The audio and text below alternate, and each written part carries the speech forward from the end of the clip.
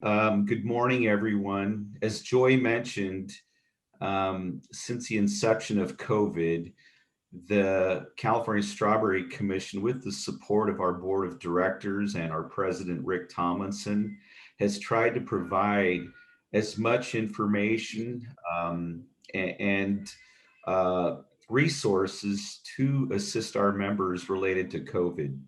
Uh, those have been by the way of advisories, posters, commercials for radio and television to support the industry. Today is another exception that the industry is providing on labor issues related to COVID. This has a big emphasis towards the Cal OSHA emergency temporary standard. And with that, I'd like to introduce Michael Roy, legal counsel for Ventura County Agricultural Association, who's got an extensive background in workers' compensation law and other labor law as well. And in addition, Rob Roy, President and General Counsel for Ventura County Agricultural Association, who's one of the brilliant legal minds on labor issues across the country. They are our presenters today, and we are very, very excited to have today's presentation. We think it will be very helpful. And with that, I will turn it over to Rob and Michael. You know what? I'm just going to jump in real quick to let people know that this webinar is being presented in English only. We will make this recording available online after the meeting is over, and we will also dub it into Spanish to make it available on our website. So I do want to let folks that are tuning in that are hoping to hear it in Spanish that will be made available after the meeting, and I'll just say that in Spanish if anybody is on the call. Si algunas personas están en la llamada o en el webinario que lo quieren escuchar en español, esta presentación está exclusivamente en inglés para hoy y lo vamos a grabar y ponerlo disponible en nuestro sitio de internet doblada en español.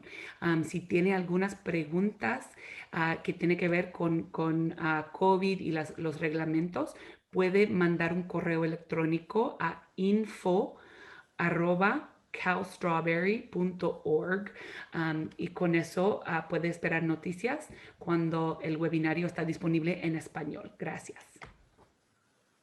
Take it away, Rob. Okay, well, thank you very much, Mark and Joy, for the invitation to address your membership on this important issue that's been confronting us since November 30 of 2020, after many of us had gone through months and months of COVID issues. And this ETS, the Emergency Temporary Standard, as it's called, was passed by the Standards Board in late November, became effective on November 30th, and the DIR did not start enforcing it until February 1st. And that is significant because the fines associated with these COVID-related claims are significant.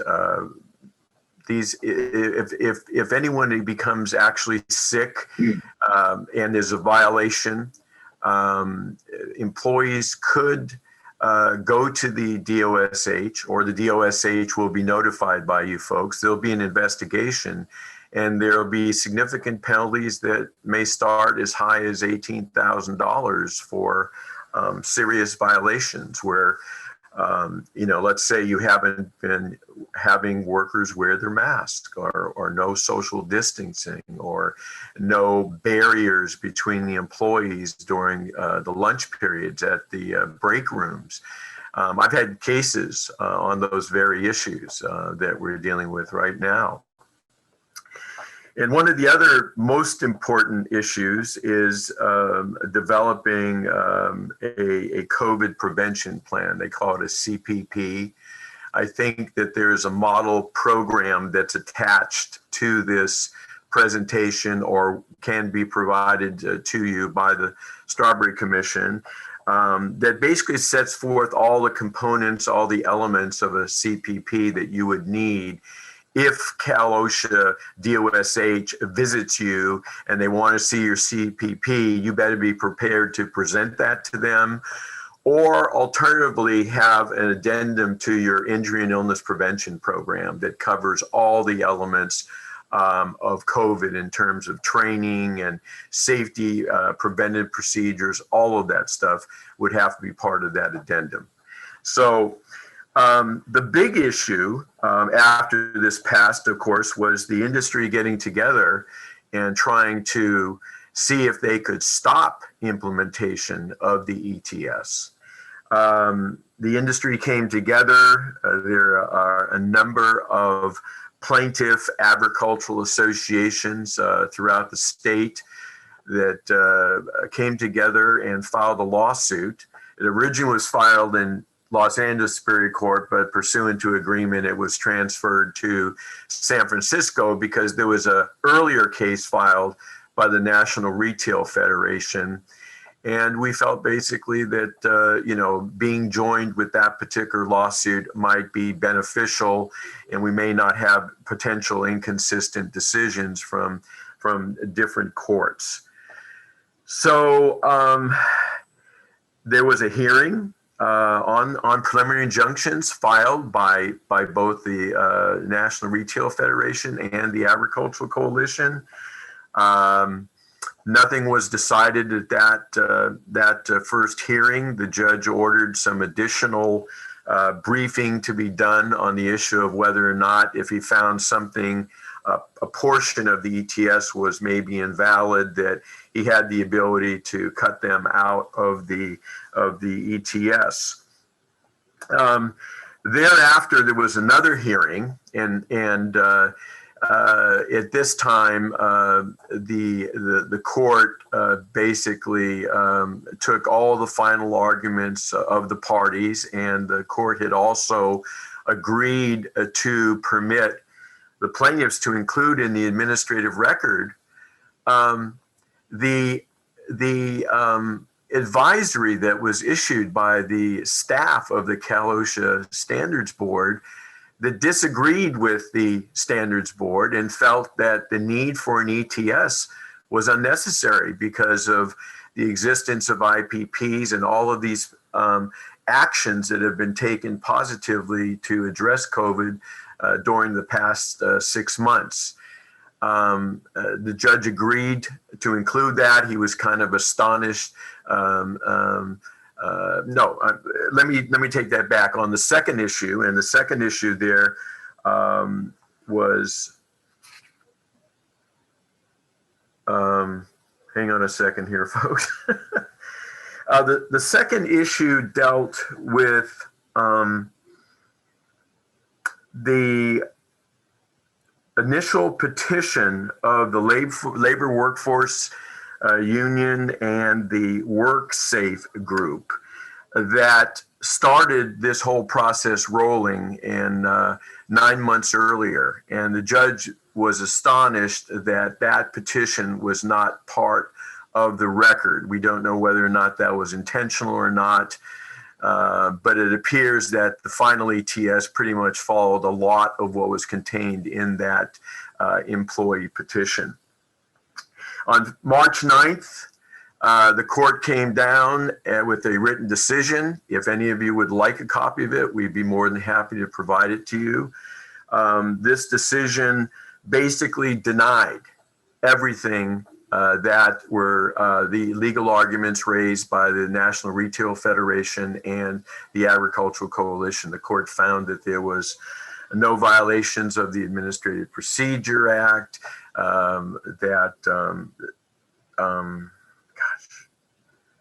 the emergency standard or the emergency basis of the rulemaking was proper, and so otherwise indicated that the court would not be moving further on this. The parties will have to either litigate it further in the Superior Court or they may have to file a possible appeal in the First District Court of Appeal on an emergency basis to try to get some relief from the judge's decision.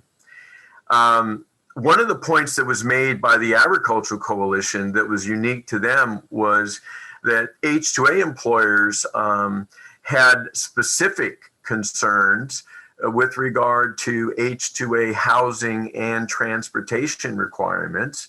And the ETS basically excluded bunk beds from the final ETS, which made it very difficult for many of these H-2A workers to comply. And they also limited the number of employees on the buses that were used for transportation from the employer-provided housing to the workplace. So many, I should say at this time, 2 employers, one, the largest H-2A employer in the state, have filed petitions for variances with the DIR. And they are seeking to obtain some variance on some of the requirements of the ETS with respect to housing and transportation, so it doesn't interrupt the ability of these H-2A employers to have sufficient guest workers.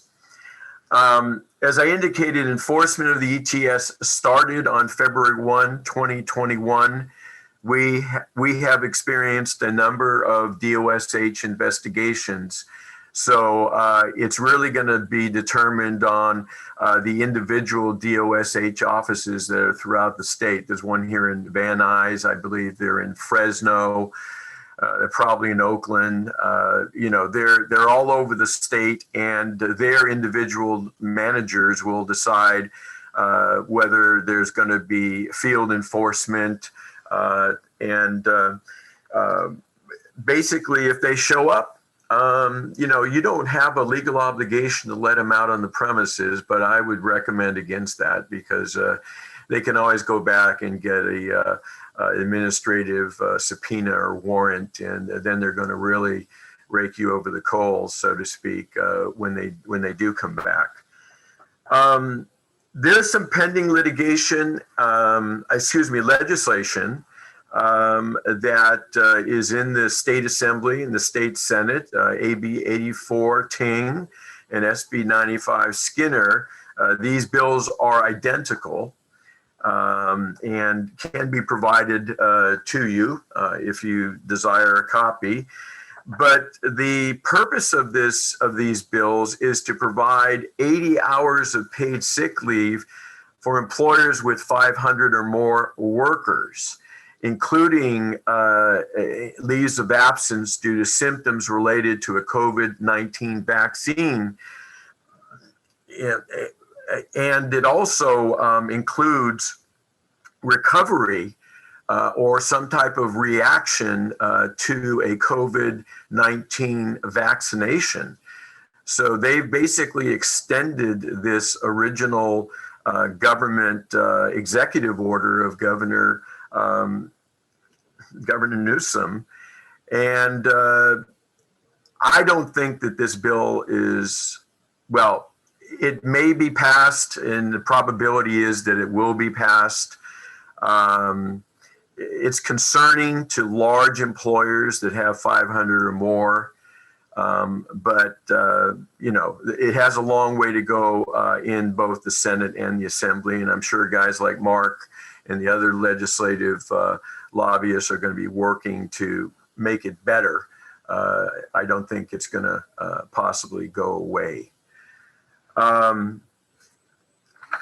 Turning to the vaccination issues on the next page, I personally believe that vaccinations right now are the most important issues that are confronting our industry.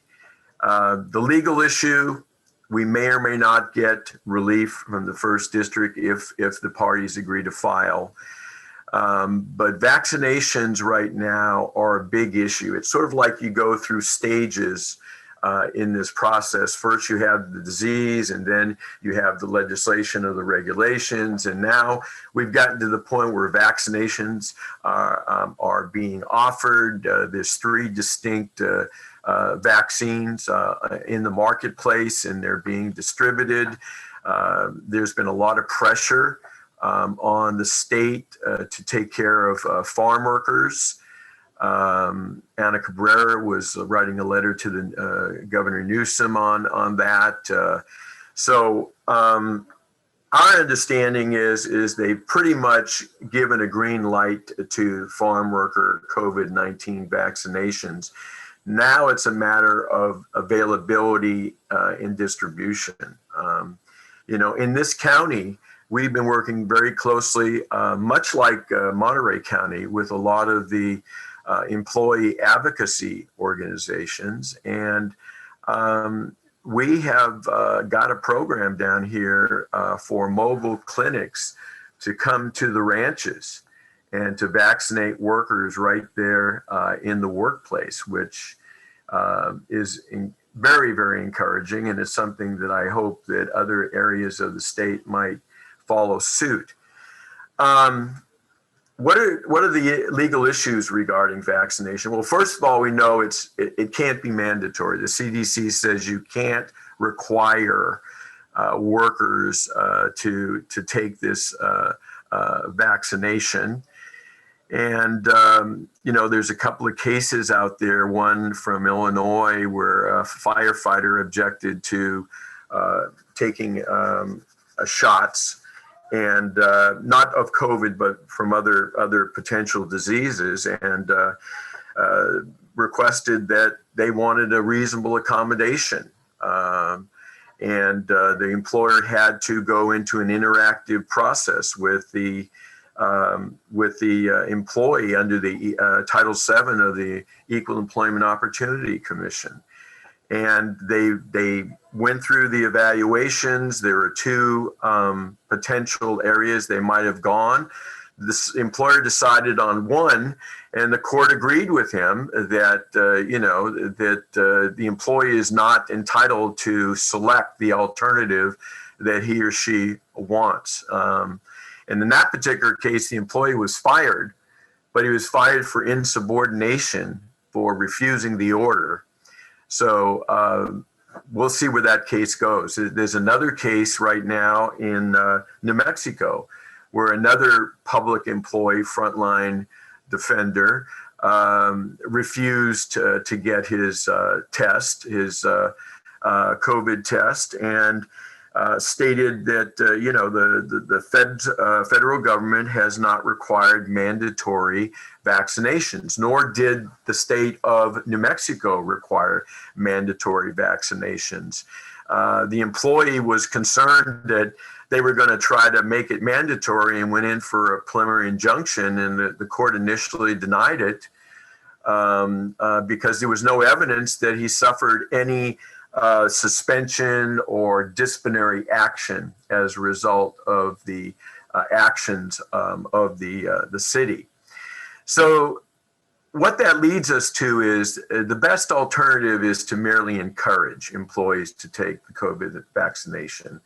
Our office prepared a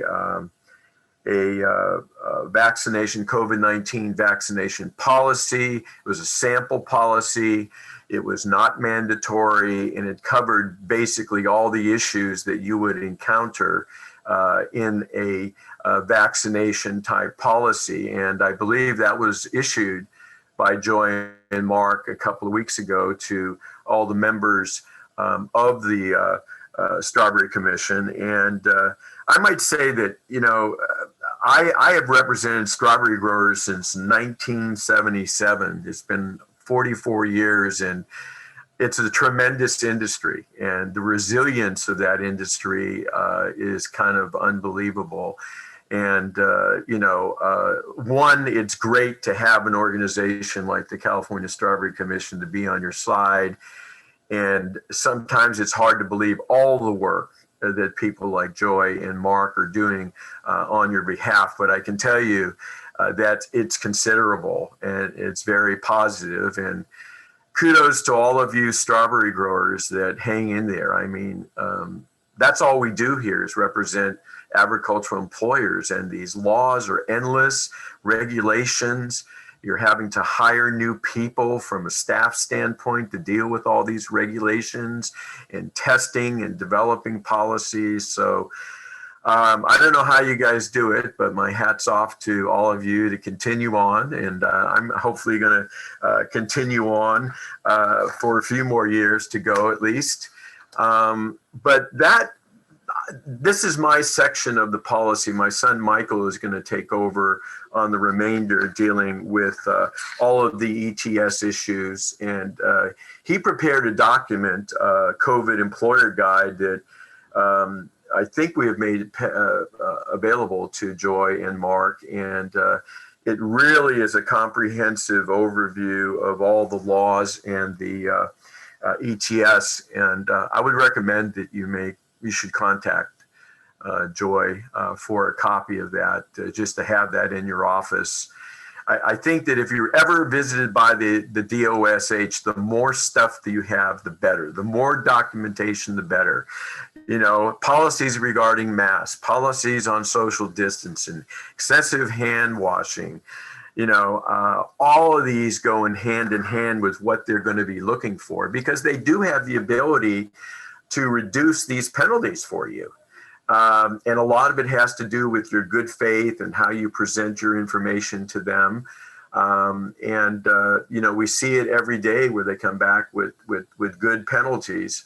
Not so much yet in COVID, but in other areas of HR. So at this point, if there are any questions for me, I'd be glad to entertain them. And if not, then Michael will take over for the second part of the presentation. Yeah, we do have a couple questions, Rob. Okay. So can you share with everyone what variance means related to requesting? Yes, that's a good question. A variance is a procedure in the Cal OSHA regulations that allows a party that wants relief from a particular regulation to file the variance. And then they present evidence to Cal OSHA. And then there's, you know, back and forth between the parties, and they may issue a variance or not. You know, years ago, I'll give you a perfect example of variance in Santa Maria. You had those tractors that had to be, you know, operated remotely by someone not on the tractor, you know, on and off and directing them down the rows. And that particular association up there had filed a particular variance for that. So the need for a variance, and it's available now, and it has been made public by the DIR, is to really get some type of relief in this particular sense for the farm worker housing and the transportation aspects. And to the extent that one of them is my client, and to the extent that they are able to obtain a variance, that probably will be, you know, the template, if you will, for the rest of the industry, and we can certainly make that available. Great. So that would be an alternative proposal to get some type of modification for each situation regarding H2A housing and transportation. Correct. Great. Okay. Next question. What's the best way to handle crews with employees who refuse to vaccinate and are mixed in with vaccinated employees? You know, I'm going to leave that question to Michael because that's his area of expertise. But if there, no, he's. Well, I tell you what, my observation on that, Joy, is that you know, we can't make it mandatory. We should try to encourage employees who have not yet been vaccinated on the benefits of COVID, the safety repercussions on them, their family, and their fellow workers. So I routinely tell folks that look, if you've got some people that are, really headstrong and they're not going to do this, and it's not for some reason of religious reason or disability reason, give them an incentive. Tell them that you'll pay X amount of dollars, or give them some type of incentive to take the vaccination. Another thing is to take those people that are working in the crew who haven't been vaccinated and maybe try to segregate them from the other employees that have had the COVID. And that shouldn't be too much of a difficult situation, because when you have conventional or trailer harvest, I mean, the workers are all over the place. I mean, they're up and down all these different rows, and they're not really in much contact except when they get to the puncher. And then you may have a little congregation there. So the company should be advised to maybe move some of those employees to have social distancing when they're punching in for their boxes, okay? In the situation with the field Harvest Pro machines, I don't know how often they're used up in Watsonville, Salinas, but they used quite frequently down here, and also to some extent in Santa Maria. And as you know, the crew just works behind the machine 10, 20, 30 yards, and they go up individually and they get their tab and, grab a box and go back. So again, most just encourage those people to keep a good social distance while they're harvesting. And at worst, maybe try to segregate them and keep working on them, keep encouraging them to get it. Great. Okay. Those are all the questions for now. If anybody has any other questions, they can put them in the chat. If you prefer to come off mute to ask a question, this would be your time. Give you a couple seconds.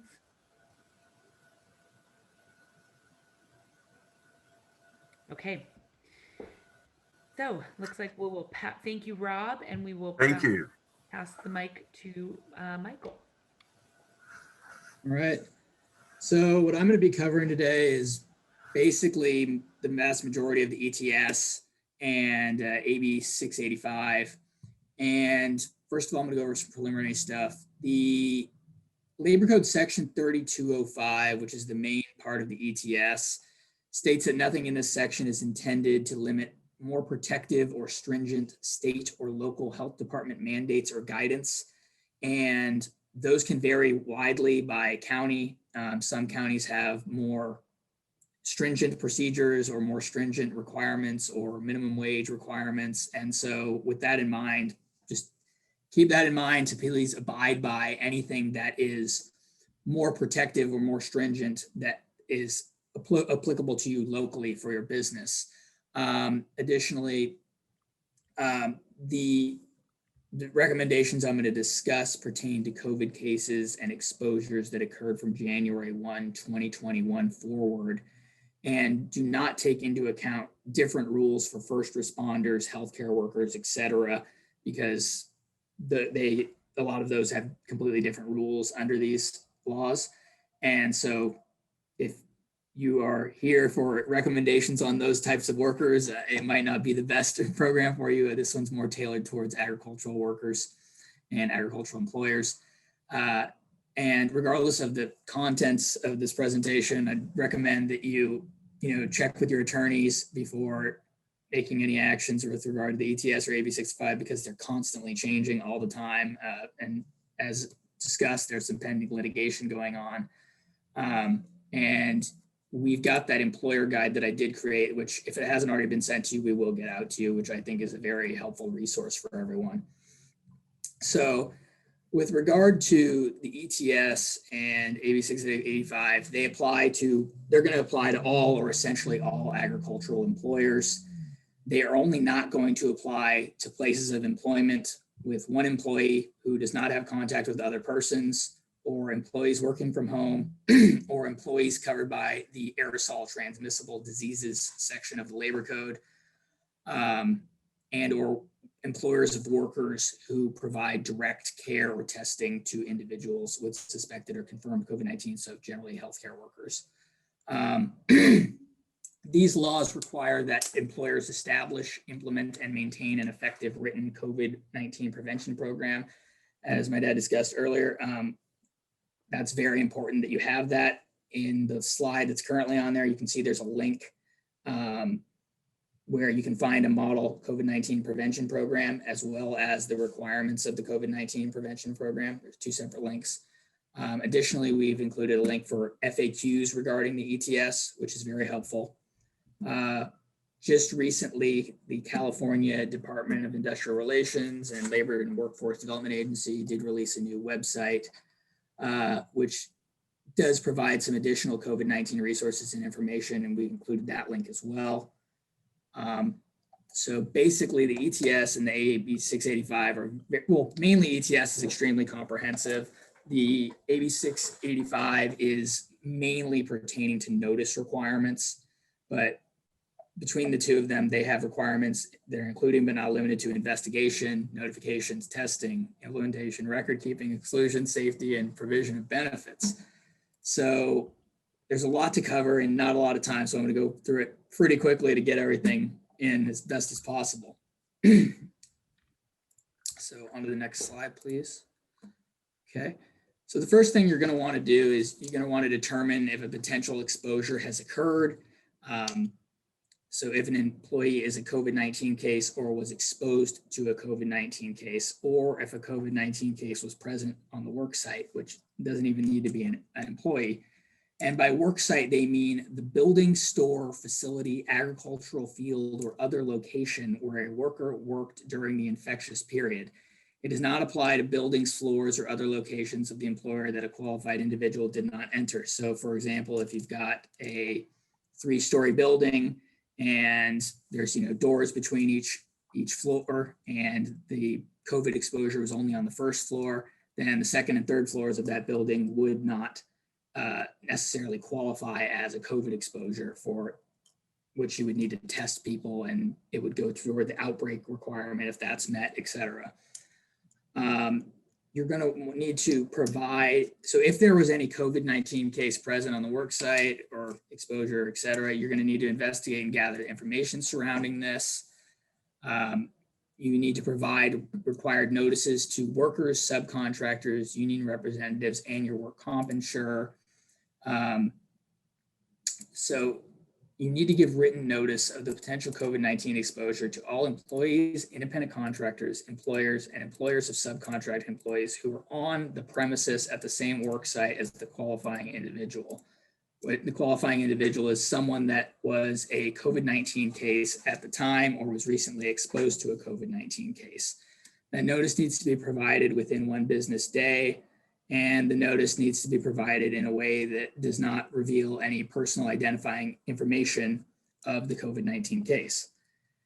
For a listing of all the notice requirements, they're pretty extensive, so I'm going to refer you to that employer guide that you've been provided or will be provided, because that goes into in depth and we don't have time to get into all that. What you're going to also need to do is you're going to need to offer testing at no cost to the employees with potential COVID-19 exposure in the workplace. The testing not only has to be free, but it also you're going to need to reimburse the employees for any expenses they incur, including travel. So if it's an off-site testing location and they got to travel there, you got to pay a mileage. Additionally, the testing is done during work time. It says that it needs to be done during working hours. The testing doesn't have to be technically done during working hours, but the employees need to be paid during the time during which they're getting the testing. So it's on the clock. It doesn't need to be they normally work 8 to 5. It doesn't need to be during 8 to 5. It could be at 6 or 7 p.m., but they need to be paid for the time they spend getting the testing.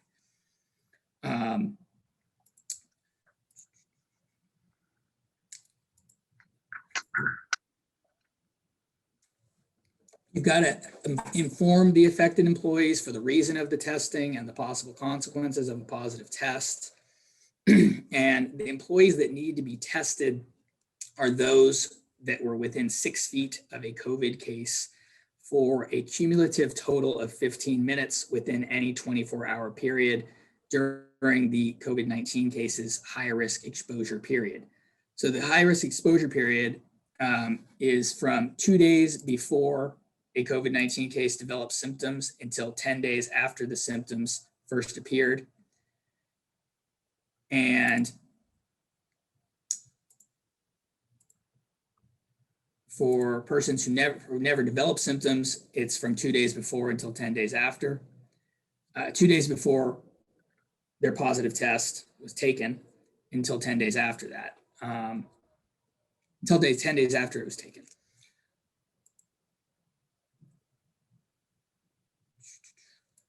So if someone was at work with a COVID person and they were only exposed to them for 10 minutes throughout the day, they wouldn't be someone that needs to be tested. But for example, if they were interacted with them for 3 minutes every hour for 8 hours, that would be over the 15 minutes required, and therefore they would need to be tested.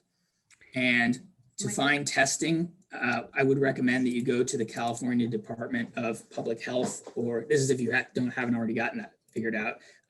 Go to the California Department of Public Health or National Association of County and City Health Officials website, and you can click on the county or city health department in the area where you would like the employees to be tested. And alternatively, what I read up on was for large employers, you can partner with the state of California Valencia branch laboratory to set up on-site testing of employees. And getting the testing site set up requires approximately 2 to 3 weeks to complete. And you can visit the Valencia branch laboratory website for more information on that. Interesting. Michael, Yes. What if at my work site, I'm Mhm. never within 6 feet of anybody else? That is a good question. So Is that considered an exposure? it depends if there's been overlapping common areas. For example, if a COVID exposure shared a break or rest area, and then other people shared that same area for a period of over 15 minutes, then it probably would qualify. Or if there's shared bathrooms between a COVID case and other people, if they just walked by each other, that's not going to qualify. For example, if they shared a hallway they just walked through. But if they spent time in a particular area and there's overlapping between there, I think it probably would qualify. Okay. And so far, the ETS has not made any type of or public health. No authorities have changed the definition of what exposure is based on whether somebody's vaccinated or not. That's correct. We've seen nothing that says anything about vaccines. So we're hoping that that's going to be a change that comes pretty shortly now that more and more people are getting vaccinated. But as of right now, getting a vaccine does not change any of the requirements in the ETS or AB 685. Okay. Joy, I'd like to follow up on that also. Yesterday, the Center for Disease Control, CDC, issued a new guidance that deals with fully vaccinated workers or individuals, and started to relax the rules about whether they have to wear their mask at with their house members, or whether they can congregate or what have you.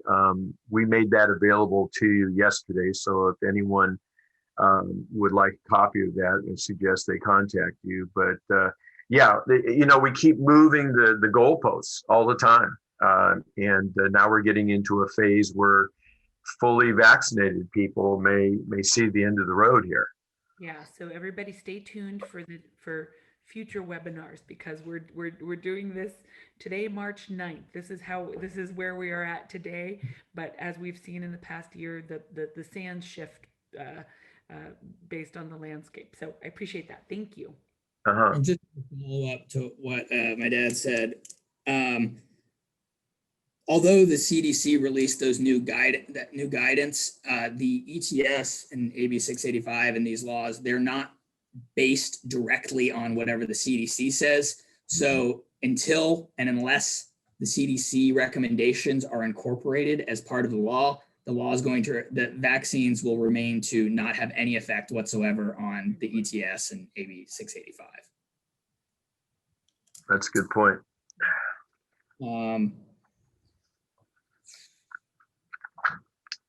And then going forward with the initial actions, you got to implement effective policies and or procedures for correcting unsafe or unhealthy conditions, work practices, policies, and procedures in a timely manner based on the severity of the hazard. You're going to want to keep written records of doing that. Additionally, you got to comply with the various record keeping and reporting requirements of Labor Code Section 3205, and also keep employee medical records confidential. I'm not going to go through all of those, but I'll go through a little bit of that. So an employer shall not require employees to disclose medical information unless otherwise required by law.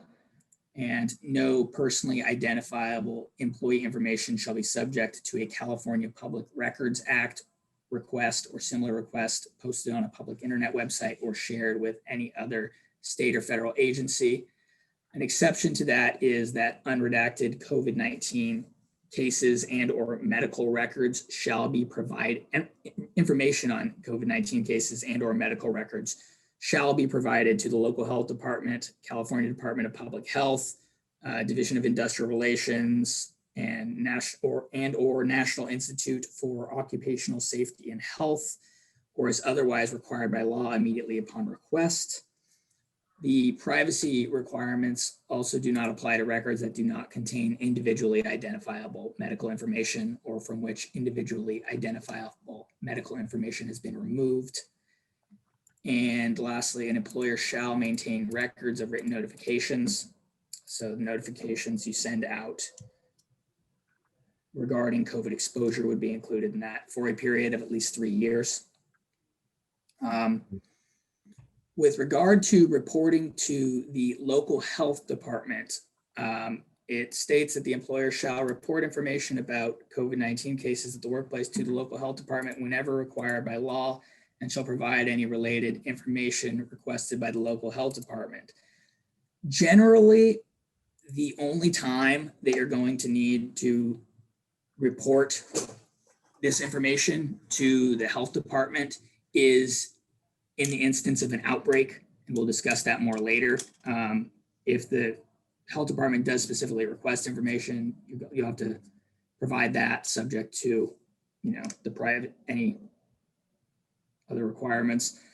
But generally, you only deal with that if there's an outbreak, because otherwise they're not going to be requesting information from you, most likely.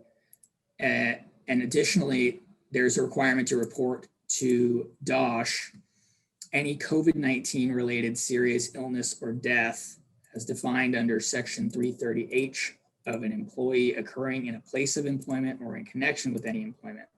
So serious injury or illness is defined as any injury or illness occurring in a place of employment or in connection with any employment that requires inpatient hospitalization other than for medical observation or diagnostic testing, or in which an employee suffers an amputation, the loss of an eye, or any serious degree of permanent disfigurement, but does not include any injury or illness or death caused by accident on a public street or highway unless that the accident occurred in a construction zone.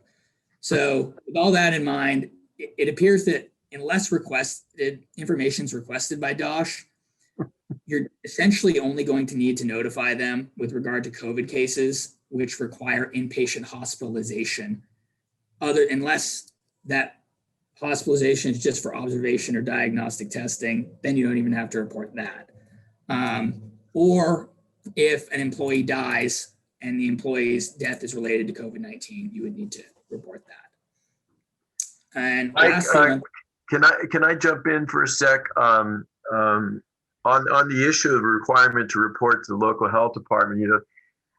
Initially, I think growers were very, very hesitant. contact the local health department. And I'm sure you're going to cover this when you have these larger outbreaks. But our experience here locally hasn't been that bad at all.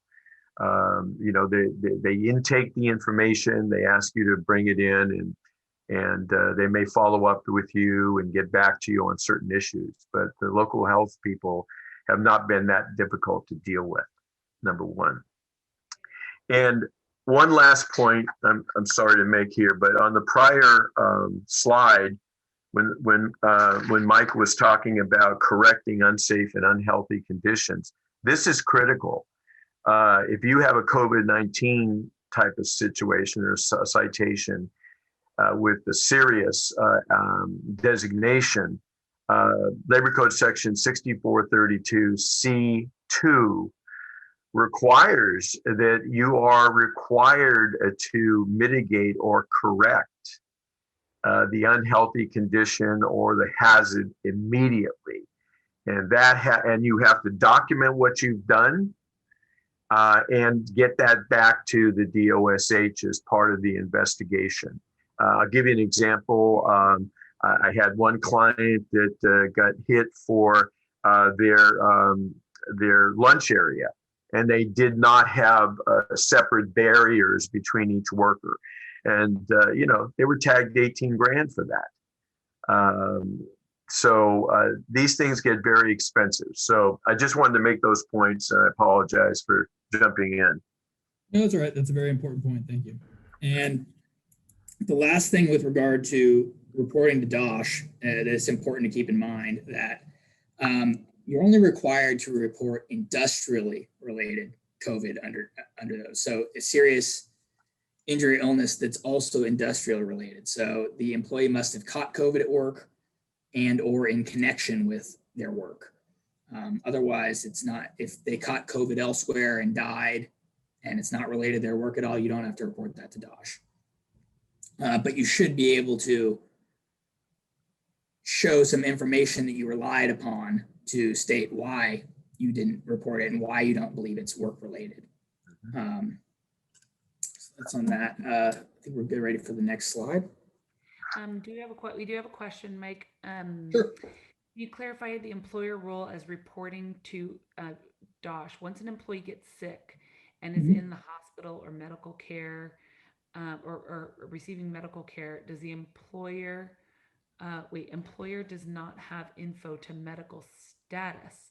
So how would the, I guess the question is, how would the employer, and Norma, you can let me know if I'm paraphrasing correctly, how would the employer know if one of the employees is hospitalized or dies, or if it's medically protected information? How would the employer become aware of that situation? And then what would be the employer responsibility? Mike, I can take that.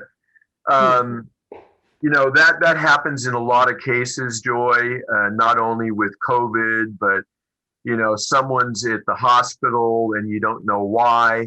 The suggested advice would be to, you know, if someone's missing work for 2 or 3 days and they're a regular good employee, you better start doing some homework with their family members or any friends or associates they have in the crew to see if there's any information relative to, you know, was this person admitted to a hospital or how long they've been there, because they have to be hospitalized for at least 24 hours or more, I think, under the general DOS regulations. So if the employer becomes aware of yes, hospitalization or if and it's and whether they come by that information because the employee tells them or the employee's family says we report this. If an employer does not, you know, isn't sleuthing out the medical status of somebody who is, you know, coming to the ranch every day, they may not know and would not have a obligation. I have to look at the regulation, but I don't know whether it says that the employer has to be aware or has knowledge of it. Mike, you may have something on that. I would hold off until you get to a point where at least you have some type of evidence that might require you to do a further investigation. Sure. Okay. Norma, hopefully we answered the question. We'll move And additionally, forward. I don't think you necessarily have to be in the hospital for 24 hours for the reporting requirement to be triggered. I think the trigger is that you need to be hospitalized, and hospitalization needs to be not just for diagnostic testing or monitoring. So you need to be hospitalized for treatment related to COVID-19. Right. And I guess the other thing, the only other way that an employer might know that somebody was hospitalized is if somebody keels over at the field and an ambulance comes to take them away. That would be something that would be an industrial incident, right? We would consider that an industrial incident, and that's where an employer would maybe be aware if somebody doesn't show up to work, which in Strawberries, pretty often you get rotating crews and folks go somewhere else, or so you might not know, but it's basically if an employer becomes aware of something that happens that's field or site related. Yeah, I'm not sure specifically on that, but I would say my guess would be that you're not required to canvass every hospital in the area, but you should do some kind of due diligence and reach out to friends or family members of that employee, assuming this person's not someone that is super flaky, and check and see what's going on with them and inquire into their status, and do an investigation on your part, because you're going to need to investigate as to whether or not it's industrial if they are sick with COVID.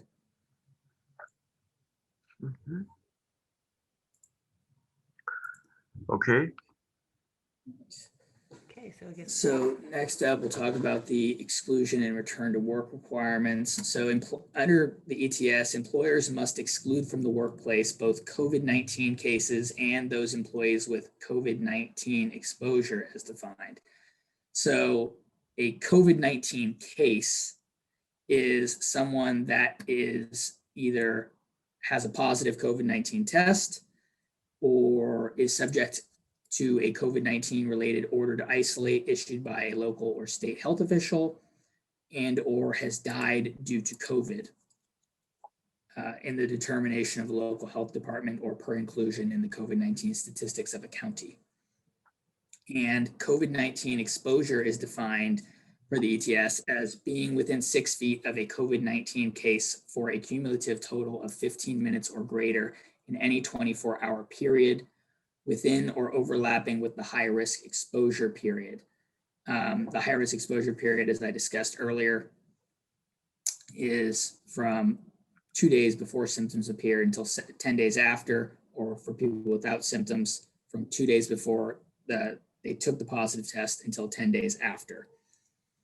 And Michael, the exclusion and return to work, as it is in the ETS, is no different from what the recommendations or the state orders were previous to the ETS, correct? In terms of there were no modifications for excluding and the return to work policy that the state had put forward previously is the same. I'm not sure. I'm not specifically familiar with what one you're referencing. Okay, we'll move forward. So I might be able to answer that. I don't recall seeing any major change between the older version and ETS. This ETS did, however, include exclusion pay, which is a big bone of contention with employers, and I'm sure Mike will cover that in a few slides.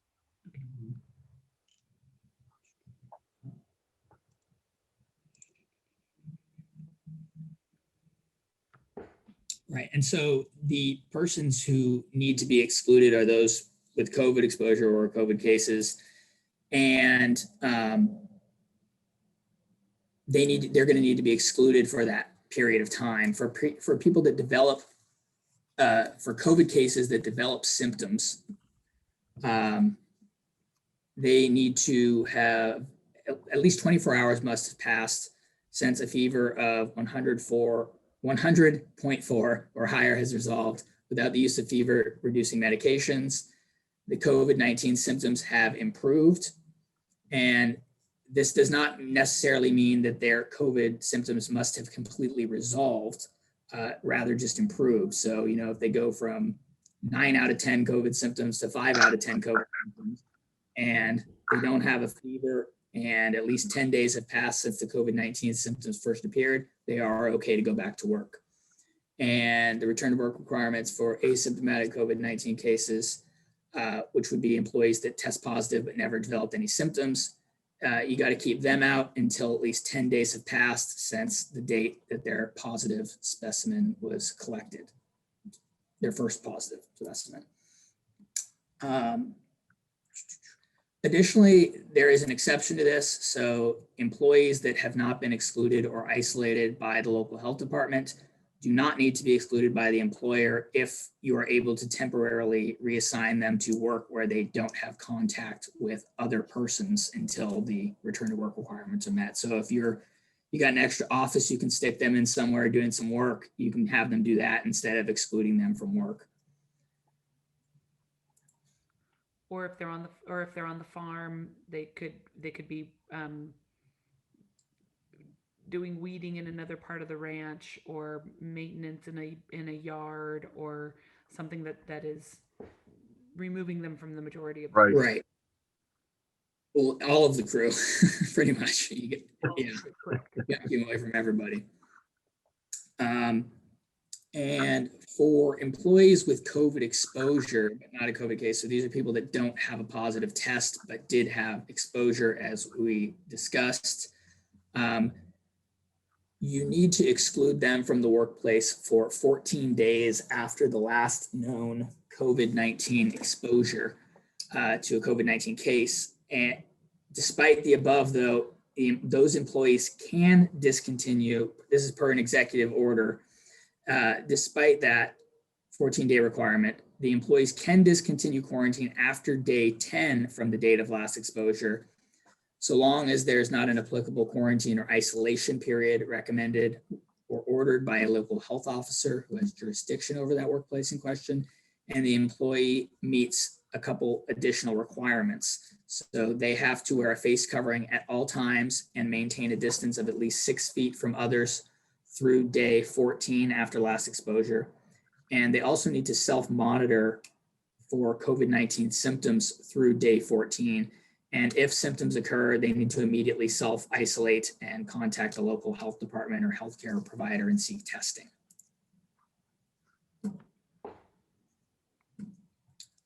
Now, there's another law that was passed last year as well with regard to COVID, and that's SB 1159, dealing with workers' compensation. When an employer knows or reasonably should know that an employee has tested positive for COVID-19, the employer shall report to their work comp claims administrator in writing via email or fax within 3 business days.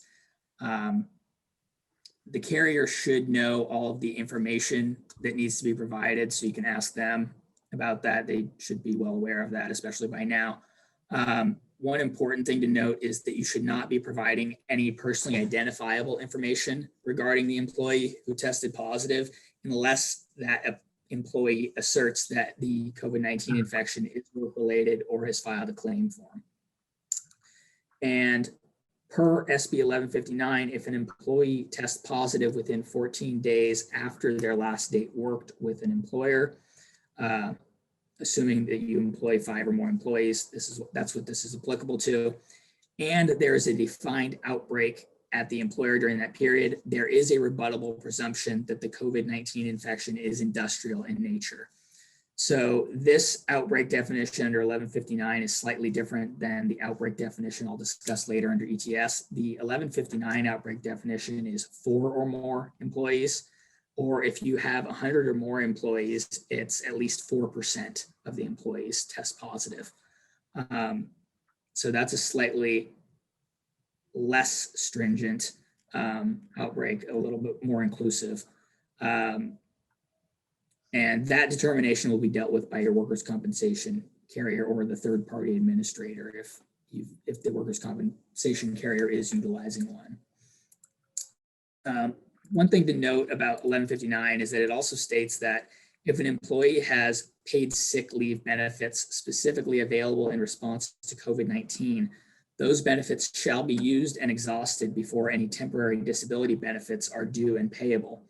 However, at this point in time, it appears that the only paid sick leave benefits that would be, quote, specifically available in response to COVID-19 would be per the FFCRA, which I'll discuss very shortly. It's a federal program for which benefits are provided for COVID-19 related issues and other issues to dealing with employers with 500 or less employees. So that is also optional. I'll discuss more about that shortly, but that appears to be the only program that's currently even potentially available that would be benefits specifically available in response to COVID-19.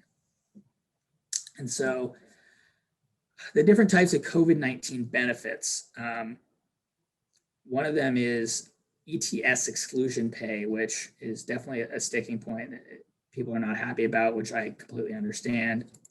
Fortunately, it's not always used in that many situations, and I'll explain that. So as required by the ETS, for employees excluded from work under the ETS, specifically Labor Code 3205 C10, and are otherwise able and available to work, employers must continue and maintain an employee's earnings, seniority, and all other employee rights and benefits, including the employee's right to their former job status, as if the employee had not been removed from their job.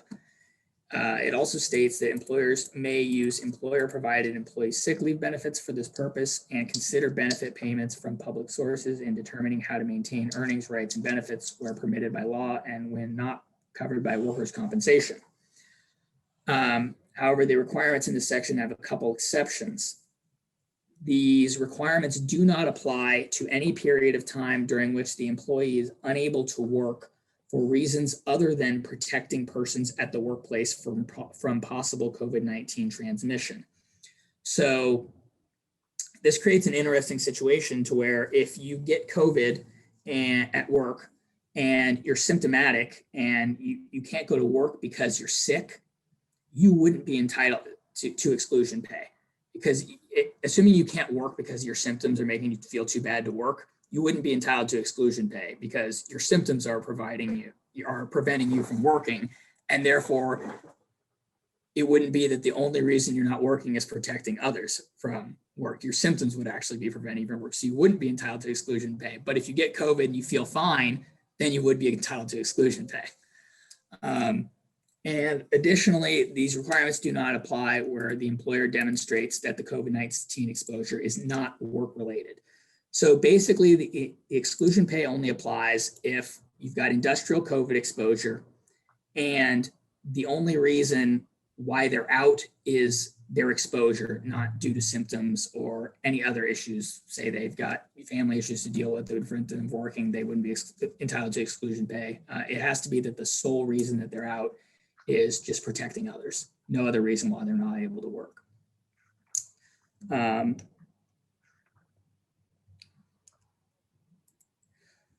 It should be noted that although the ETS states that with regard to exclusion pay that employers may use employer-provided employee sick leave benefits for this purpose and consider benefit payments from public sources in determining how to maintain earnings, rights, and benefits, it also immediately follows this statement with where permitted by law.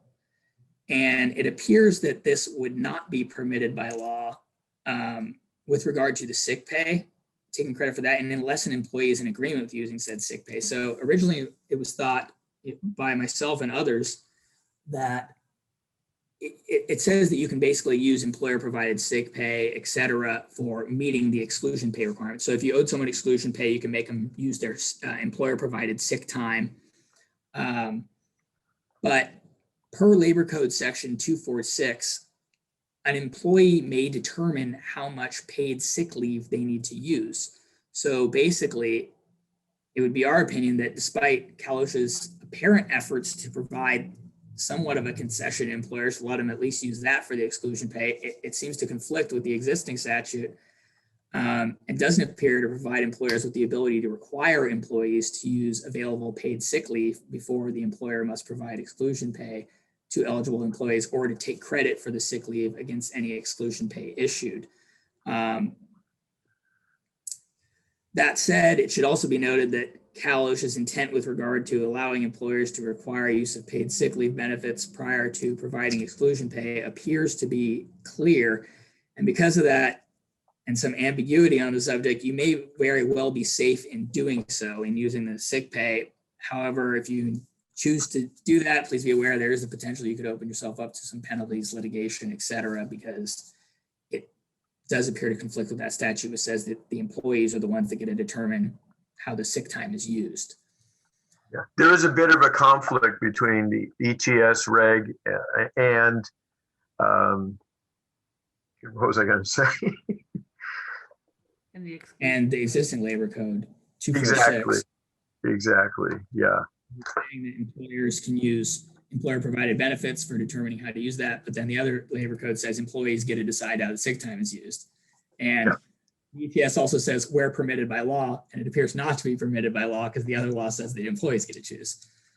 The point I wish to make is that the FAQs basically allow the employers to use the paid sick leave, state paid sick leave. FAQs kind of lean that direction. They pretty much state that the employers can do that, but they also state right after that where permitted by law. And it appears that it's not permitted by law. So it's like kind of leading employers in the wrong direction, I think. So yeah, that's something to definitely keep in mind. It should also be noted that Labor Code section 3205 C10 does not limit any other applicable law, employer policy, or collective bargaining agreement that provides for greater protection. So if you've got some kind of collective bargaining agreement, or you've got any kind of like local county sick pay requirements that are more stringent, you've got to abide by those. Additionally, if you're going to show that it's not work related in order to get out of the exclusion pay, you should be prepared to show that the employee's exposure was more likely than not, did not occur in the workplace to avoid having to pay the exclusion pay. Okay, next up, temporary disability benefits. So those would be benefits paid by your worker, or actually still on the prior slide, yeah, thank you. So the temporary disability benefits would be the benefits paid by your workers' compensation carrier if the employee has a workers' compensation case related to COVID-19 and the case has not been delayed or denied and the employee is eligible for temporary disability, i.e. he's off work due to a positive COVID test and or COVID-19 symptoms.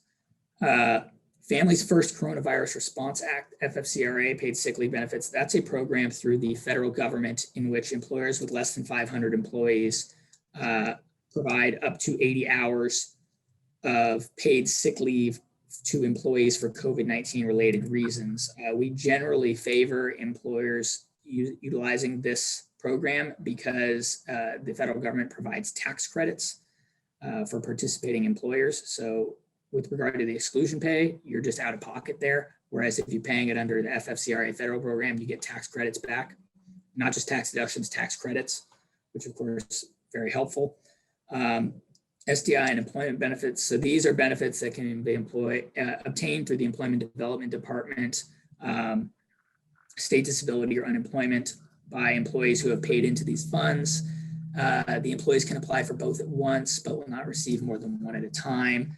The disability benefit amount is estimated as 60 to 70% of the wages you earned 5 to 18 months before your claim start date. The amount to be paid through unemployment appears to vary based upon multiple factors, but generally it's not going to be applicable to most of these because you're out on disability, you're not going on unemployment. It should also be noted that through California paid family leave, it appears that for employees that pay into that, they could use that to care for a family member with COVID that's seriously ill. And it appears they would obtain that through state disability as well. And that can be up to 8 weeks, pays 60 to 70% of wages. the employee must have earned at least $300 from which SDI deductions were withheld during the base period. And another type of benefits for COVID-19 available, employer provided paid sick leave and or vacation. These paid sick leave benefits can be those mandated by California law or part of a different employer program. And vacation benefits can also be used in most cases, assuming that's applicable, whether as the sole source of benefits or as a supplement. And the paid sick leave could also be used to care for a sick family member. And it's also important to keep in mind that employee could move from one of those sections to another based upon them being symptomatic or asymptomatic. For example, if they're asymptomatic, they might get the exclusion pay, and they may later become symptomatic and not entitled to exclusion pay, but entitled to some other type of benefits. Hey, Joy, I know we're getting down on time, and I have a suggestion to just move forward through all these benefit recommendations because they're pretty set forward, and Mike's already covered what they are. If we could move to employer housing, transportation, outbreak, and major outbreak, which would be more important here. I think that's a good idea. And also, That's a good idea, yeah. that's going to be all. There's actually specific benefit recommendation sections for each type of situation. For example, the person's it's industrial and asymptomatic, or non-industrial, it's symptomatic, et cetera. And that's all covered in the employer guide. And so you can just go to that and it'll tell you kind of how to handle each situation. Yeah. Okay. Before we move on to this next piece, we do have a question. Is there a summary available for sick pay eligibility and what benefit is most appropriate with these changes? Yep, that would be in the employer guide, which I don't know. I'll actually email that to you right now, Joy, and then maybe you can send that out. Sure. Perfect. Okay, Mike, you want to start on employer provided transportation? Housing. Housing and then transportation. Housing first. Yep. So under the ETS, employers are required to prioritize assignment of shared housing units. First priority is residents who usually maintain a household together outside of work, such as family members, and they should be housed in the same housing unit without other persons. Second priority would be residents who work in the same crew or work together at the same work site. They should be housed in the same housing unit without other persons. And then last priority would be employees who do not usually maintain a common household, work crew, or work site. And they should be housed in the same housing unit only when no other housing alternatives are possible. The employers should allow for physical distancing and controls.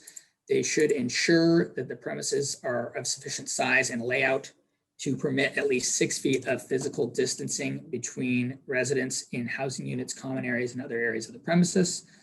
They should ensure beds are spaced at least 6 feet apart in all directions and position and maximize distance between sleepers' heads, i.e. head to foot layout between beds. And as noted earlier, bunk beds should not be used or shall not be used. In housing units, the employers need to maximize the quantity and supply of outdoor air and increase filtration efficiency to the highest level compatible with the existing ventilation system.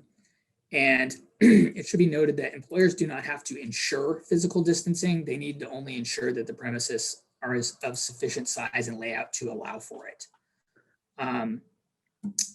The employers need to provide face coverings and information on when they should be used per state or local health officer orders or guidance. With regard to cleaning and disinfecting, the employers shall ensure that housing units, kitchens, bathrooms, and common areas are effectively cleaned and disinfected at least once a day to prevent the spread of COVID-19. And the cleaning and disinfecting shall be done in a manner that protects the privacy of residents. The employer shall ensure that unwashed dishes, drinking glasses, cups, eating utensils, and similar items are not shared. And it should be noted that employers are not required to do or arrange for any cleaning. They just need to ensure that it's done and that the items discussed are not shared. The employer shall encourage residents to report COVID-19 symptoms to the employer. And they need to, with regard To testing, they need to establish, implement, and maintain effective policies and procedures for COVID-19 testing of occupants who had a COVID-19 exposure, who have COVID-19 symptoms, or as recommended by the local health department. If those apply, the employers shall effectively isolate COVID-19 exposed residents from all other occupants, and the effective isolation shall include providing COVID-19 exposed residents with a private bathroom, sleeping area, and cooking and eating facility. And employers shall effectively isolate COVID-19 cases from all occupants who are not COVID-19 cases.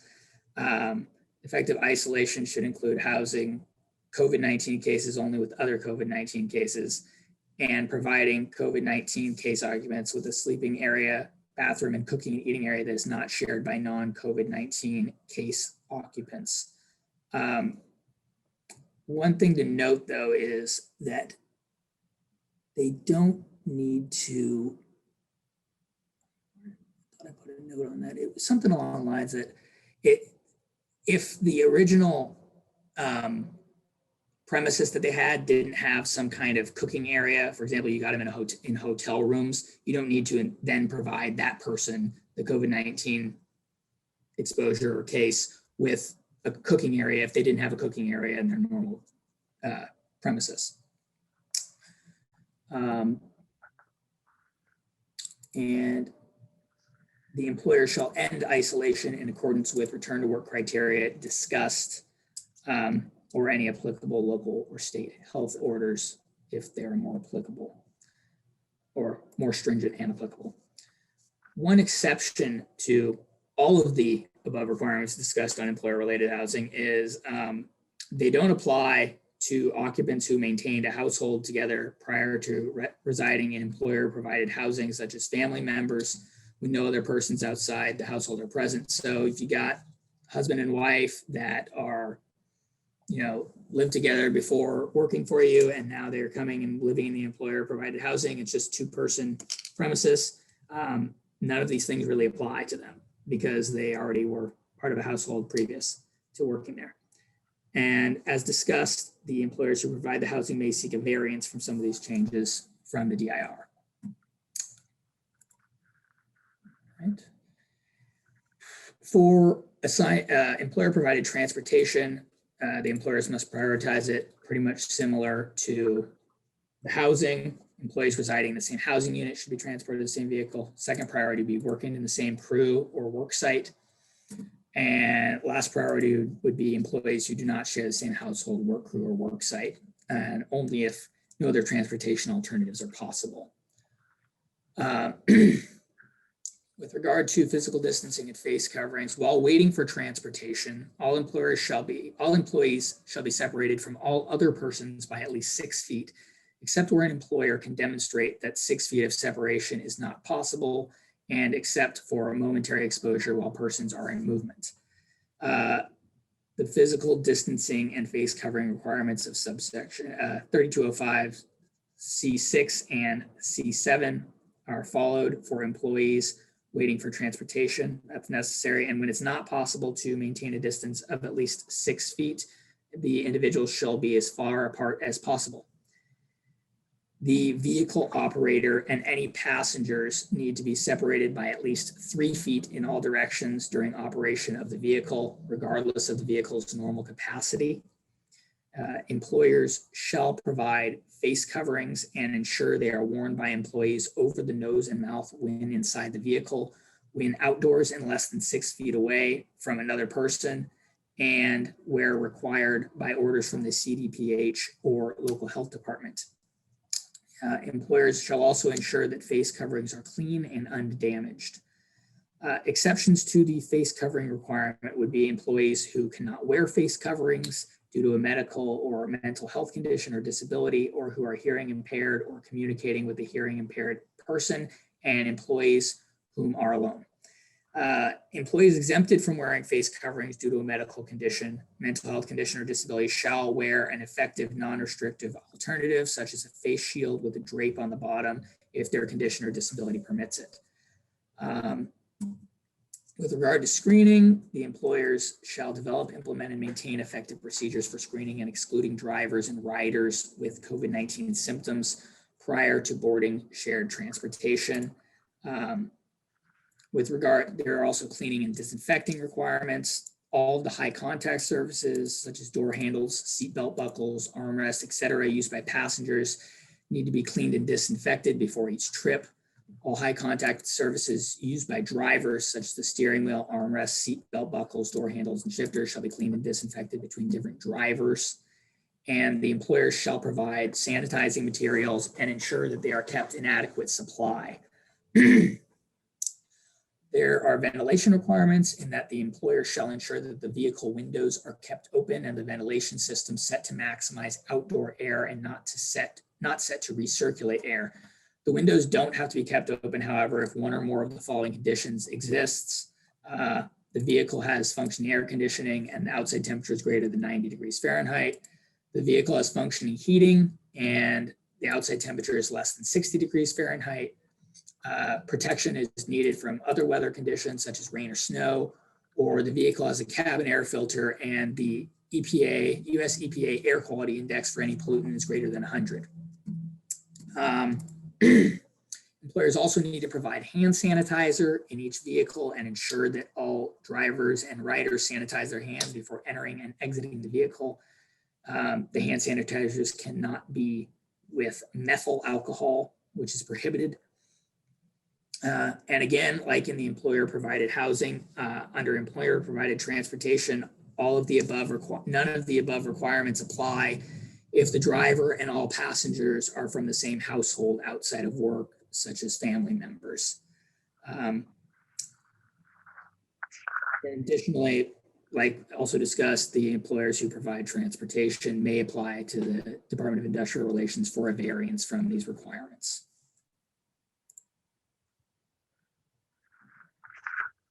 Okay, so under the ETS, certain additional requirements occur or come into play when there is an outbreak. And under the ETS, an outbreak exists in a place of employment when it has been identified by a local health department as the location of a COVID-19 outbreak, or when there are 3 or more COVID-19 cases in an exposed workplace within a 14-day period. And the dates used to determine this are the dates when the positive tests were taken, not received. If this occurs, the additional outbreak requirements apply until there are no new COVID-19 cases detected in a workplace for a 14-day period. So an exposed workplace is defined at Labor Code Section 3205B7, includes any work location, working area, or common area used or accessed by a COVID-19 case during the high-risk period, including bathrooms, walkways, hallways, aisles, break or eating areas, and waiting areas. The exposed workplace does not include buildings or facilities not entered by a COVID-19 case. And further, effective January 1, 2021, the exposed workplace includes, but is not limited to, the work site of the COVID-19 case as defined by Labor Code Section 6409.65, which is pretty much the same. So as discussed earlier, it does discuss, common area used or accessed. So it does include things like bathrooms. So if there's shared bathrooms or shared break areas, I think those would apply for purposes of determining an outbreak, even if the people weren't there at the same time necessarily. But certain momentary exposure, like passing each other in the hallway, would not count for such a determination. So the work site is defined as a building, store, facility, agricultural field, or other location where a worker worked during the infectious period. It does not apply to buildings, stores, or other locations of the employer that a qualified individual did not enter. So it's pretty much the same as what I was discussing above, I think, for all intents and purposes.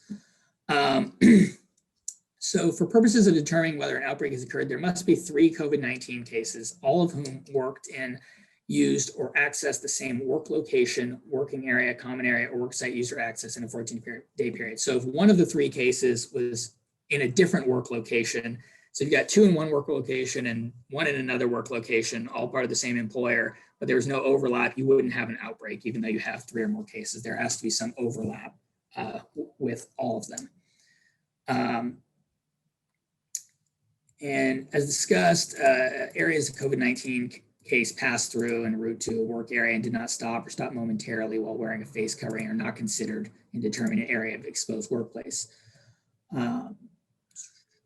Mike, we're almost out of time, and I was wondering if you could just address the real bone of contention on these outbreaks is really the testing that is associated with each one. I think growers would be more interested in finding out what type of testing is required for outbreak and what type of testing is done toward the major outbreak. Okay. So if there's an outbreak, you're going to need to provide testing to all employees at the exposed workplace, except for employees who are not present during the period of an outbreak. So when there's the 3 people that are all COVID-19 cases that are overlapping, you got to take that 14-day period going forward, and that's going to define your outbreak period. And so all employees that are present in that exposed workplace, even if they don't necessarily have exposure to the specific COVID-19 case, if they're in the same workplace, they're going to need to be tested.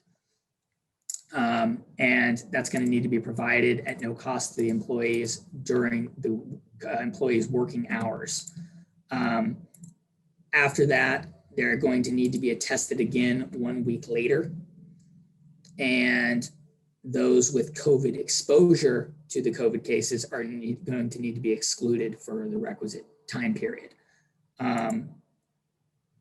Even if those employees test negative and they had COVID exposure, so at least 15 minutes cumulative within a 24-hour period, even if they test negative, they have a negative COVID-19 test, they're still going to need to be excluded for the requisite time period. That sounds like a situation where they might get exclusion pay. They could, yeah, that is probably when they would get exclusion pay. Yeah. And that's also going to be discussed in that employer guide that's sent out, that under those specific topics, that would be necessarily like a. Right. One other suggestion is that the farmers probably have separate field sanitation unit facilities for each crew. That way there's no overlap of people from one crew using the same ones. And if someone happened to have been infected, that might be picked up. Yeah, I think that's a very good idea. Yeah, okay. What's the testing on the final one, Mike, on major outbreaks? That's a big bone of contention.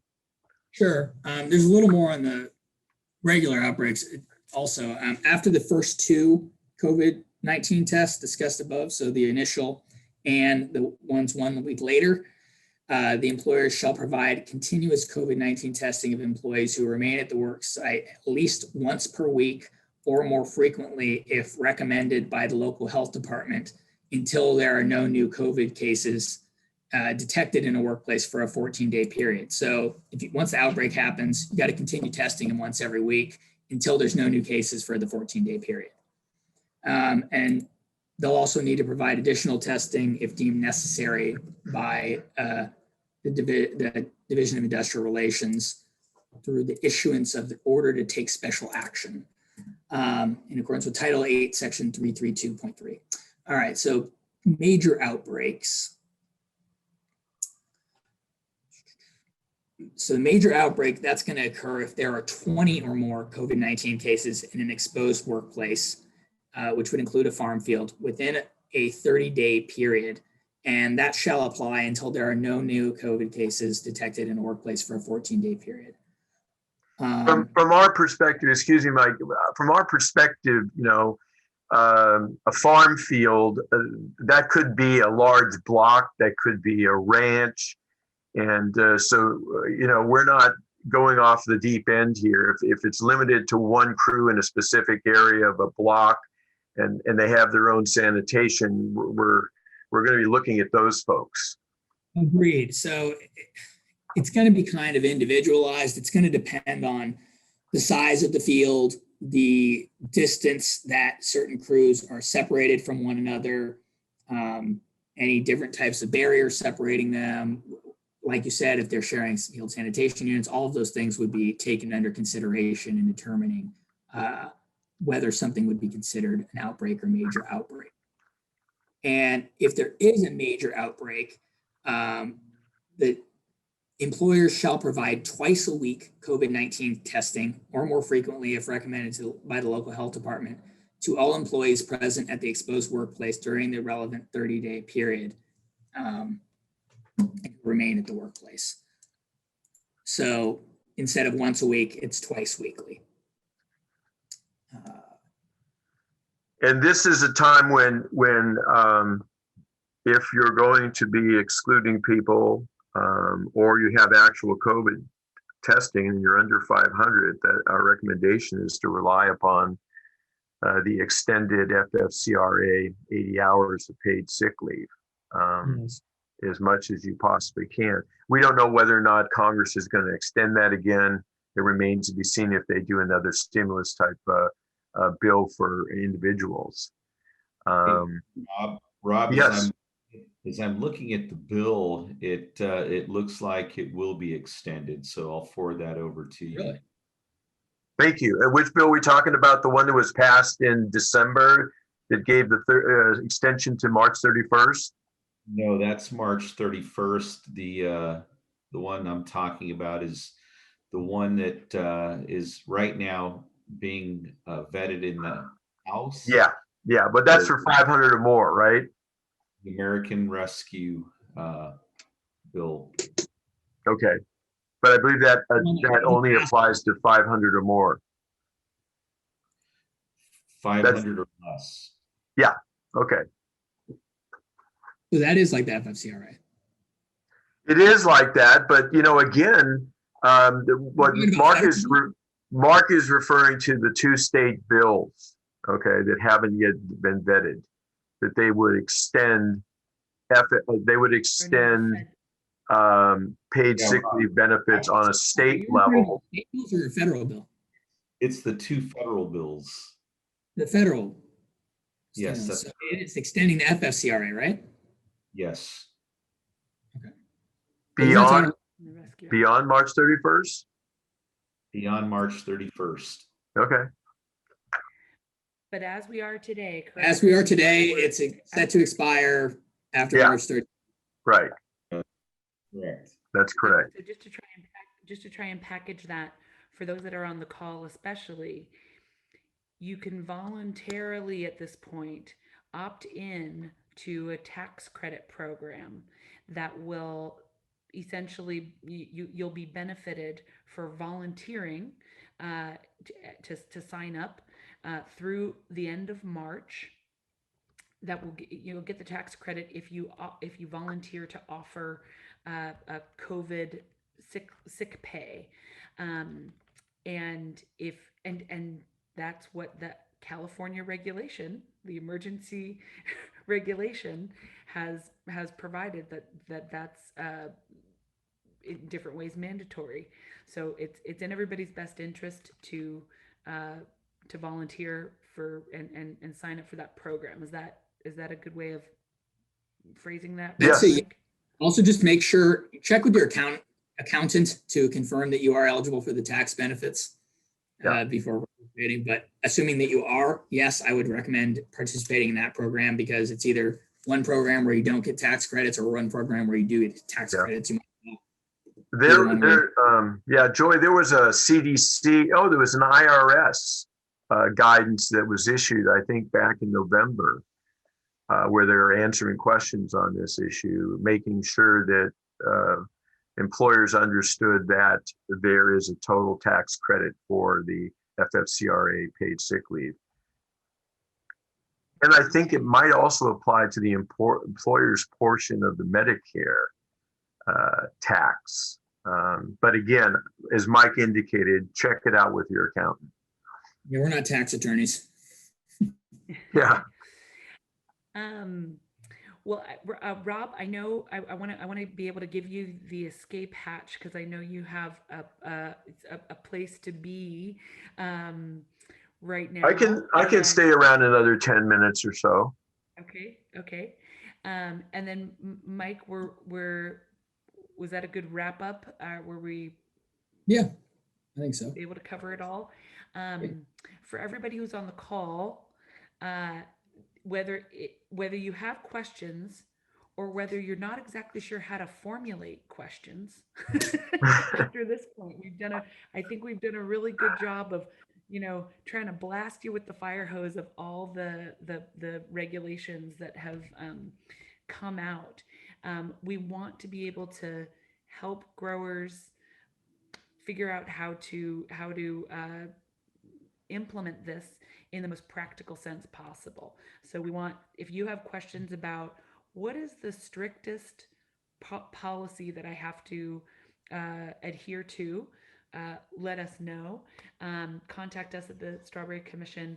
I'm giving everybody the main line, but I think folks here are maybe familiar with your district grower education folks, but contact us by phone. And if you have any questions, generally, obviously any question that people have, the chances are likely that other folks have the same question. So email us at info@calstrawberry.org, and we will make sure that we vet these questions. We have two great legal minds. We understand that the growers usually have their accountant and their lawyers on speed dial these days.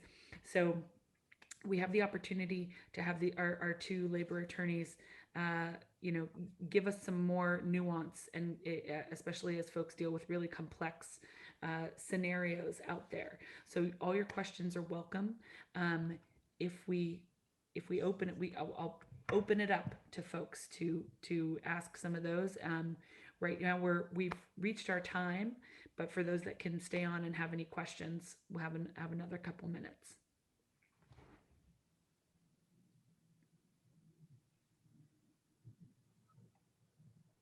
Anybody want to unmute themselves or unmute themselves, or screen sharing has stopped. Good. To ask a question. Can we ask for proof of vaccination? The law does not require that, but if the employer is incentivizing the employee or allowing them to go during work time and they're paying them NPT for the travel time, I think it's appropriate to get a copy of the card or have them show the card that they were in fact vaccinated. Okay. And are we required to pay for the time that folks take to get the vaccine if it's not mandatory?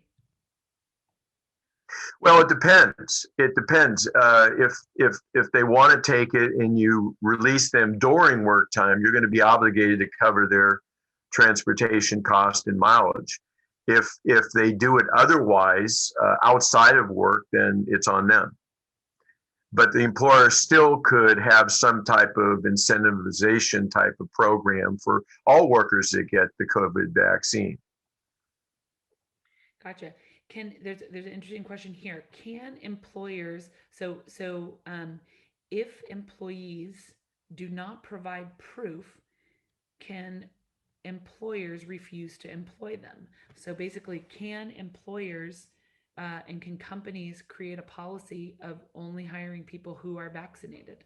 I think you're running afoul of maybe federal disability discrimination laws in the employment process, so I'd probably stay away from that.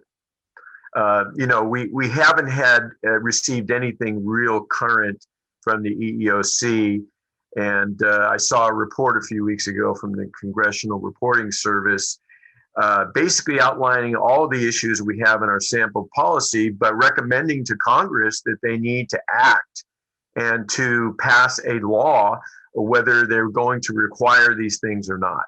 So I don't think the legal side is caught up with the operational side of the equation.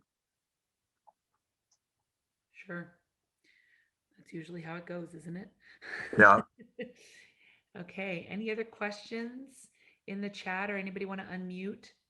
I would like to say something. I would like to thank the Strawberry Commission and Mark and Joy specifically, and everyone on the phone that took time out of their busy days, and I know you're all busy, to listen to a presentation that by all means is a lot of legalese, and it's not the most exciting thing to listen to, but the problem is that you need that information. It's critical for your CPP or to do the right testing so you don't incur DOSH citations and civil monetary penalties. So I want to thank everyone for their patience today, and hopefully that you'll take away some very important points. And for those of you that have further questions, send them into the commission, and we'd be happy to respond to them. Absolutely. Okay, do we compensate for both testing and vaccination during work hours?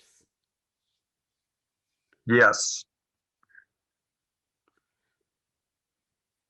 Okay.